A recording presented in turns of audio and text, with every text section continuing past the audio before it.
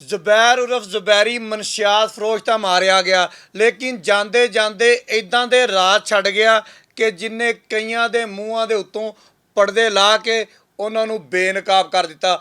2024 ਦੇ ਵਿੱਚ ਅਸੀਂ ਦੱਸਿਆ ਸੀਗਾ ਕਿ ਜ਼ੁਬੈਰ ਉਰਫ ਜ਼ੁਬੈਰੀ ਇੱਕ ਐਸਾ ਮਨਸ਼ਿਆਤ ਫਰੋਸ਼ ਆ ਜਿਹੜਾ ਪੁਲਿਸ ਅਹਿਲਕਾਰਾਂ ਦੇ ਨਾਲ ਰਲ ਕੇ, ਜਿਹੜਾ ਉੱਥੇ ਦੀਆਂ ਏਜੰਸੀਆਂ ਦੇ ਨਾਲ ਰਲ ਕੇ, ਜ਼ਰਾ ਲਫ਼ਜ਼ ਸਮਾਤ ਫਰਮਾਉਣਾ ਮੇਰਾ, ਉੱਥੇ ਦੀਆਂ ਏਜੰਸੀਆਂ ਦੇ ਨਾਲ ਰਲ ਕੇ ਮਨਸ਼ਿਆਤ ਵੇਚਦਾ ਵਾ। ਆਡੀਓ ਲੀਕ ਹੋਈ, ਕਾਲਾਂ ਲੀਕ ਹੋਈਆਂ। ਸਾਬਕ ਆਰਪੀਓ ਡਾਕਟਰ ਆਬਦ ਨੇ ਪੂਰੇ ਦਾ ਪੂਰਾ ਥਾਣਾ ਮੁਅੱਤਲ ਕਰਕੇ 4 ਅਹਿਲਕਾਰਾਂ ਦੇ ਉੱਪਰ ਪਰਚਾ ਦੇ ਦਿੱਤਾ। ਲੇਕਿਨ ਐਸੀਆਂ ਕਾਲੀਆਂ ਭੇਡਾਂ ਸੀਗੀਆਂ 2024 ਤੋਂ ਲੈ ਕੇ 2026 ਦੇ ਜੂਨ ਤੱਕ ਹਟੀਆਂ ਨਹੀਂ।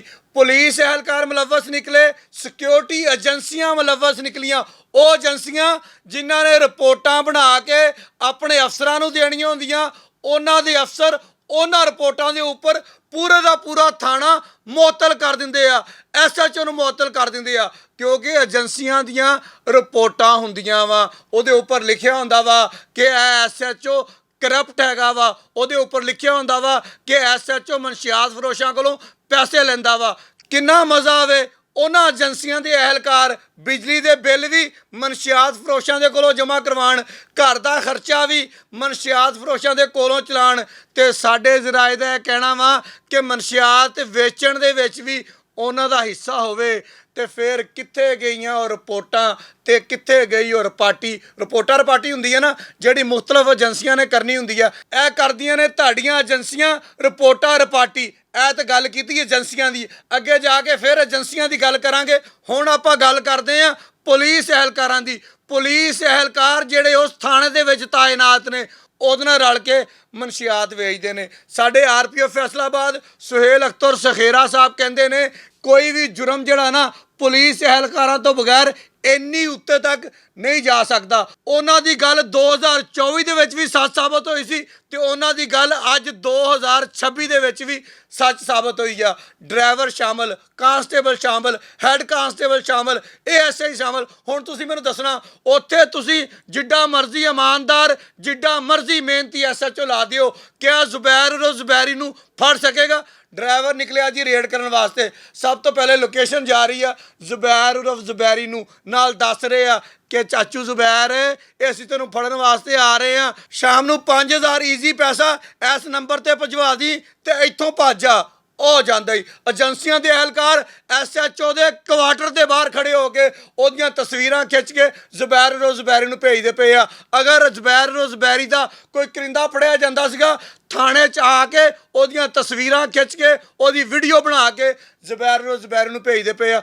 ਹੁਣ ਤੁਸੀਂ ਮੈਨੂੰ ਦੱਸੋ ਕਿ ਕੋਈ ਵੀ ਇਮਾਨਦਾਰ ਮਿਹਨਤੀ SHO ਕਿੱਦਾਂ ਜ਼ੁਬੈਰ ਉਰਫ ਜ਼ੁਬੈਰੀ ਨੂੰ ਫੜ ਲੇਗਾ ਜਦੋਂ ਸਾਰੀਆਂ ਕਾਲੀਆਂ ਭੇਡਾਂ ਨਾ ਰਲੀਆਂ ਹੋਣਗੀਆਂ? ਮੈਂ ਇੱਥੇ ਗੁਜ਼ਾਰਿਸ਼ ਕਰਾਂਗਾ IG ਪੰਜਾਬ ਨੂੰ, RPO ਫੈਸਲਾਬਾਦ ਨੂੰ, CPO ਫੈਸਲਾਬਾਦ ਨੂੰ ਕਿ ਸਰ ਜ਼ੁਬੈਰ ਉਰਫ ਜ਼ੁਬੈਰੀ ਦੇ ਮਾਮਲੇ ਦੀ ਸ਼ਫਾਫ ਇਨਕੁਆਇਰੀ ਕਰਵਾਈ ਜਾਵੇ।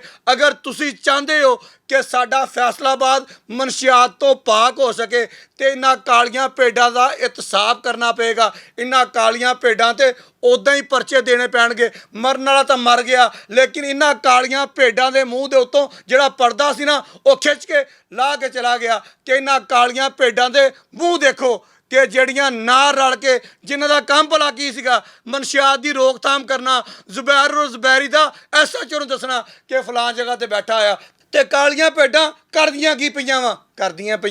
ਚਾਚੂ ਜ਼ੁਬੈਰ ਪੁਲਿਸ ਆਉਣ ਲੱਗੀ ਆ, ਭਾਜੋ, ਤੇਰਾ ਕਰਿੰਦਾ ਫੜ ਕੇ ਫਲਾਂ ਕਮਰੇ 'ਚ ਬਿਠਾਇਆ ਆ, ਅਦਾਲਤ ਵੱਲੋਂ ਬੈਲਫ ਲੈ ਕੇ ਆ ਜਾ। ਬੈਲਫ ਆਏਗਾ, ਇਹਨੂੰ ਫੜ ਕੇ ਲੈ ਜਾਏਗਾ। ਤੇ SHO ਦੇ ਕੁਆਟਰ ਦੀ ਫੋਟੋ ਭੇਜ ਦਿੱਤੀ।